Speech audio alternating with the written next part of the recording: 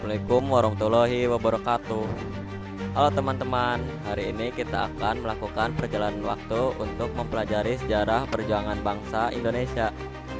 Yuk, kita lihat bagaimana para pahlawan berjuang demi kemerdekaan yang kita nikmati saat ini. Wah, seru sekali. Ayo kita mulai petualangan sejarah ini. Sejak dahulu, Indonesia terkenal sebagai negeri yang kaya akan rempah-rempah, cengkeh, pala, dan lada yang sangat berharga pada masa itu.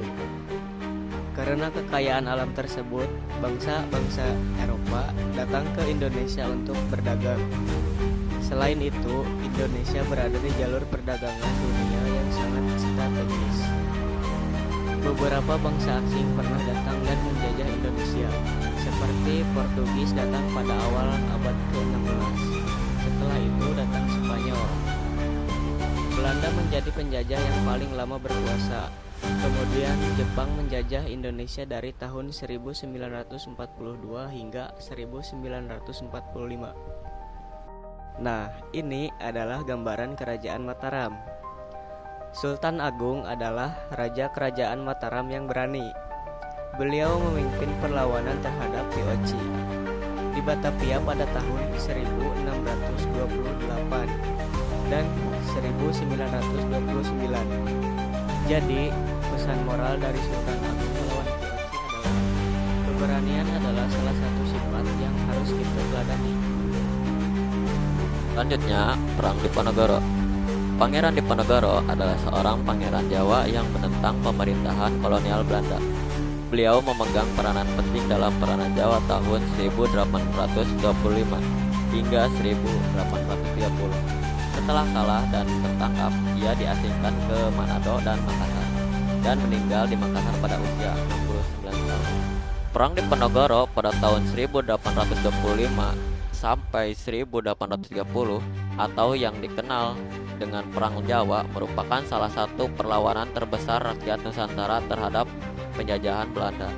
Dipicu oleh kesewenang-wenangan kolonial dan penghancuran makam leluhur di Tegalrejo, perang 5 tahun ini sangat menguras kas Belanda. Pesan moral dari Perang Diponegoro adalah jangan menyerah ketika menghadapi kesulitan. Selanjutnya, Perang Aceh. Perang Aceh juga dikenal sebagai Perang Belanda atau Perang Kapten pada tahun 1873 sampai 1904. Adalah konflik militer bersenjata antara Kesultanan Aceh dan Kerajaan Belanda. Perang ini dipicu oleh diskusi antara perwakilan Aceh dan Amerika Serikat di Singapura pada masa awal tahun 1873. Perang tersebut merupakan bagian dari serangkaian konflik di akhir abad ke-19 yang mengkonsolidasikan pemerintahan Belanda atas Indonesia modern. Tokoh-tokoh penting di balik Perang Aceh. Yang pertama ada Teku Umar, pejuang yang terkenal dengan strategi taktik berpura-pura menyerah kepada Belanda untuk mendapatkan pasokan senjata, sebelum akhirnya kembali melawan kolonial bersama pasukannya. Yang kedua ada Cut Nyadin, pemimpin gerilyawan perempuan yang mengorbankan semangat perlawanan pantang menyerah dari pedalaman hutan setelah suaminya, Teku Ibrahim, gugur di medan perang. Nilai-nilai luhur dari Perang Aceh: semangat pantang menyerah, rela berkorban, cinta tanah air, dan keyakinan bahwa martabat serta kedaulatan bangsa tidak dapat ditaklukkan oleh kekuatan senjata penjajah. Selanjutnya, Perang Maluku atau Perang Patimura adalah perlawanan rakyat Maluku pada tahun 1817 di bawah pimpinan Kapitan Patimura untuk menentang sewenang-wenangan pemerintah kolonial Belanda. Perang ini dipicu oleh kebijakan monopoli rempah-rempah yang merugikan, kerja paksa, serta penolakan rakyat terhadap kebijakan penyerahan wajib yang menyengsarakan. Tokoh penting di balik Perang Maluku: Thomas Matulesi. Lahir pada 8 Juni 1783 dan meninggal pada 16 Desember 1817, yang bergelar Kapitan Patimura atau singkatnya Patimura, adalah seorang pahlawan nasional asal Maluku yang terkenal dan menjadi simbol perjuangan masyarakat Maluku. Thomas Matulesi ditetapkan sebagai pahlawan nasional oleh Presiden Soeharto pada 6 November 1970. Pesan moral dari Perang Maluku adalah persatuan membuat perjuangan menjadi lebih kuat. Selanjutnya, perlawanan terhadap Jepang.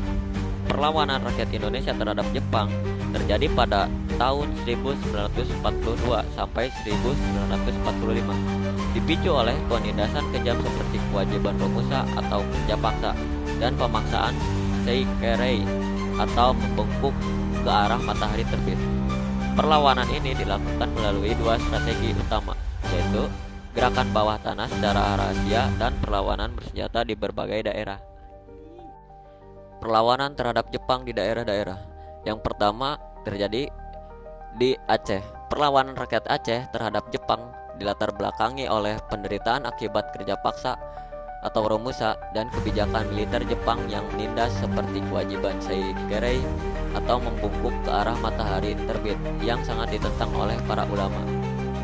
Selanjutnya, perlawanan rakyat Singaparna terhadap Jepang terjadi pada Februari 1944 di Tasikmalaya, Jawa Barat, dipimpin oleh Kiai Haji Zainal Mustafa. Pemberontakan ini meletus akibat penderitaan rakyat yang dipaksa melakukan kerja paksa romusa dan kebijakan seikerei atau menghormati kaisar Jepang dengan membungkuk ke arah matahari terbit yang sangat ditentang karena bertentangan dengan ajaran Islam.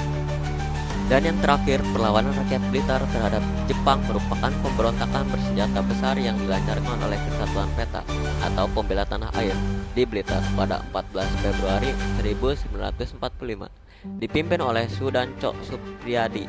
Gerakan ini dipicu oleh penderitaan rakyat akibat kebijakan romusa atau kerja paksa, perampasan hasil bumi, dan penindasan militer Jepang. Selanjutnya, pergerakan nasional. Organisasi Pergerakan Nasional adalah wadah perjuangan kaum terpelajar dan masyarakat Indonesia yang lahir pada awal abad ke-20, bertujuan melawan penjajahan dan mencapai kemerdekaan. Perjuangan ini beralih dari yang sebelumnya bersifat kedaerahan menjadi gerakan politik, sosial, dan pendidikan yang terorganisir. Perlawanan organisasi melawan penjajah. Yang pertama ada organisasi Budi Utomo, adalah organisasi modern pertama di Indonesia yang didirikan oleh para pelajar Ethiopia pada 20 Mei 1908. Digagas oleh Dr. Wahidin Sudirohusodo dan diketahui oleh Sutomo. Organisasi ini menjadi pelopor kebangkitan nasional melalui perjuangan kaum terpelajar di bidang pendidikan dan kebudayaan. Yang kedua ada Sarekat Islam atau SI, awalnya bernama Sarekat Dagang Islam. SDI adalah organisasi massa pertama di Indonesia yang menjadi pelopor pergerakan nasional, didirikan pada tahun 1905 di Surakarta oleh Haji Samanhudi. Organisasi ini awalnya dibentuk untuk melindungi pedagang muslim pribumi dari dominasi pedagang Tionghoa. Dan yang terakhir ada organisasi Indische Partis, adalah partai politik pertama di Hindia Belanda yang didirikan di Bandung pada 25 Desember 1912. Partai ini dicetuskan oleh tokoh tiga serangkai yang terdiri dari Ernest Francois Eugen Dewes-Dekker atau Danudirya Setiabudi, Dr. Cipto Mangunkusumo, dan Suwardi Suryaningrat atau yang disebut Ki Hajar Dewantara. Selanjutnya, Sumpah Pemuda.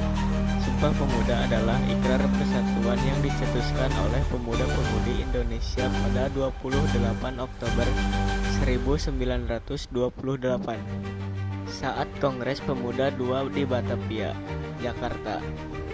Teks Sumpah Pemuda. Pertama, kami putra dan putri Indonesia mengaku bertumpah darah yang satu, tanah air Indonesia.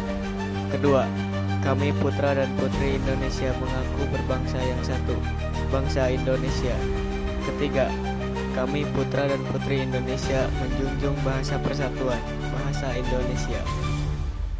Selanjutnya, proklamasi kemerdekaan.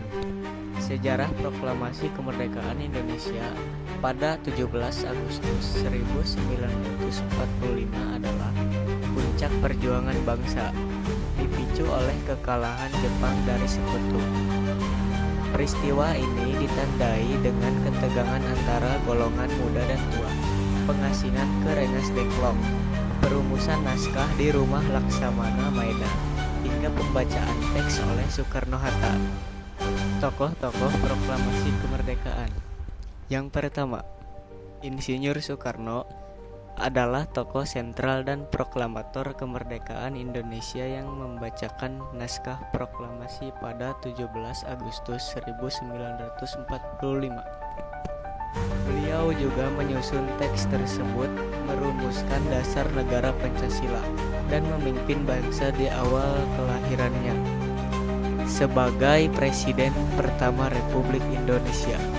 Yang kedua, Muhammad Hatta atau Bung Hatta adalah salah satu tokoh utama proklamasi kemerdekaan Indonesia.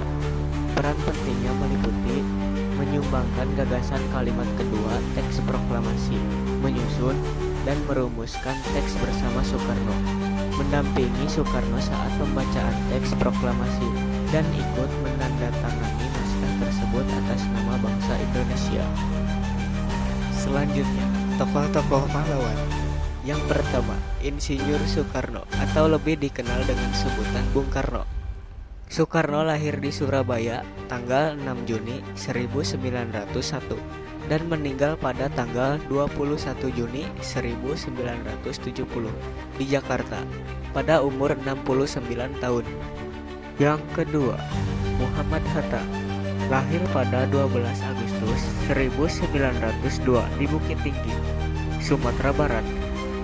Ia berasal dari keluarga Minangkabau yang taat beragama dan menghargai pendidikan.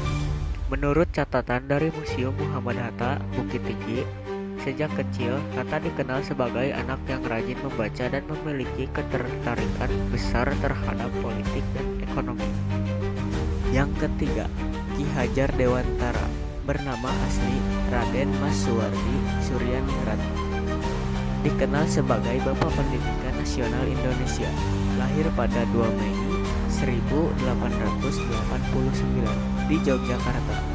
Beliau adalah aktivis revolusi nasional Indonesia, politisi yang diakui sebagai pelopor perjuangan pendidikan yang berpihak pada rakyat pribumi di masa penjajahan Belanda. Pada 1959, beliau dianugerahi sebagai Bapak Pendidikan Nasional oleh Presiden Soekarno, serta untuk mengenang dan menghargai jasa-jasanya. Yang ketiga, Ibrahim Datuk Sultan Malaka, lahir pada 2 Juni 1897 dan meninggal pada 21 Februari 1949. Juga dikenal sebagai Tan Malaka, adalah seorang negarawan, guru, dan filsuf Indonesia yang merupakan pendiri Persatuan Perjuangan dan Partai Mursba. Ia juga dikenal sebagai perjuangan pahlawan nasional, gerilyawan independen, dan mata-mata Indonesia. Tempo menjulukinya sebagai Bapak Republik Indonesia. Selanjutnya, nilai-nilai perjuangan sejarah bangsa Indonesia, yaitu pantang menyerah, cinta tanah air, persatuan, rela berkorban, dan kerjasama. Dan yang terakhir, lanjut ke latihan soal. 1. Mengapa bangsa Eropa datang ke Indonesia? 2. Siapakah tokoh yang memimpin perang Diponegoro? 3. Apa isi Sumpah Pemuda yang ketiga? Terima kasih telah belajar bersama. Sampai jumpa pada petualangan berikutnya. Wassalamualaikum warahmatullahi wabarakatuh.